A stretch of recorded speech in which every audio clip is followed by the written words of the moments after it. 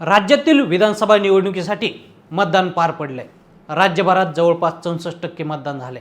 आता सर्वांनाच मतमोजणीचे वेध लागले आहेत। मात्र त्याआधीच एक्झिट पोलचे अंदाज आले आहेत। विविध संस्थांच्या एक्झिट पोलमध्ये राज्यात कोण बाजी मारणार, महायुती की महाविकास आघाडी, कोण गुलाल उधळणार याचा अंदाज बांधण्यात आलाय।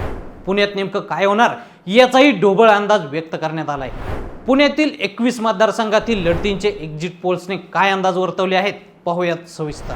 राज्यातील विधानसभा निवडणुकीसाठी मतदान झाल्यानंतर आता एक्झिट पोलचे अंदाज आले आहेत। विविध संस्थांच्या या एक्झिट पोलमध्ये राज्यात पुन्हा महायुतीचे सरकार येणार असल्याचा दावा करण्यात आलाय। काही संस्थांनी राज्यात भाजप सर्वात मोठा पक्ष ठरणार असल्याचा अंदाज व्यक्त केलाय। या एक्झिट पोलनुसार पुणे जिल्ह्यात महाविकास आघाडीचं पारडं महायुतीपेक्षा किंचित जड राहील असा अंदाज व्यक्त करण्यात आलाय। पुणे जिल्ह्यात एकूण 21 विधानसभा मतदारसंघ आहेत। सध्याच्या परिस्थितीत जिल्ह्यात अजित पवार गटाचे सर्वाधिक 10 आमदार आहेत, तर भाजप 8 आणि काँग्रेसचे 3 आमदार आहेत। आता जे एक्झिट पोल आले आहेत त्यानुसार पुणे शहरातील 8 पैकी 4 विधानसभा मतदारसंघात महायुतीला यश मिळेल अशी शक्यता आहे। तर पुणे जिल्ह्यातील एकूण 21 जागांपैकी 11 जागा महाविकास आघाडीला तर 10 जागा महायुतीला मिळण्याचा अंदाज बहुतेक एक्झिट पोल्सने व्यक्त केला आहे। बारामती मतदारसंघातील लढत राज्यभरात चर्चेत आहे। या मतदारसंघात अजित पवार स्वतः रिंगणात आहेत। त्यांच्या विरोधात शरद पवार गटाने अजितदादांचे पुतणे युगेंद्र पवार यांना तिकीट दिले। आता मतदान झाले तेव्हा बारामतीकरांचा मूड काय असेल याचा अंदाज समोर आला।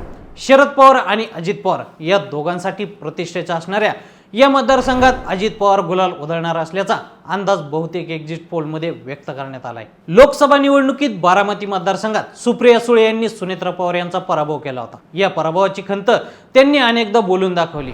आता विधानसभा निवडणुकीत मात्र बारामतीची जागा महायुती जिंकणार असा अंदाज व्यक्त केला जातोय। बारामतीप्रमाणेच पुणे जिल्ह्यात अन्य 9 मतदारसंघात महायुती बाजी मारणार असल्याचं चित्र एक्झिट पोलमधून समोर येत आहे। कोणत्या मतदारसंघात कोण जिंकू शकतो पाहूया।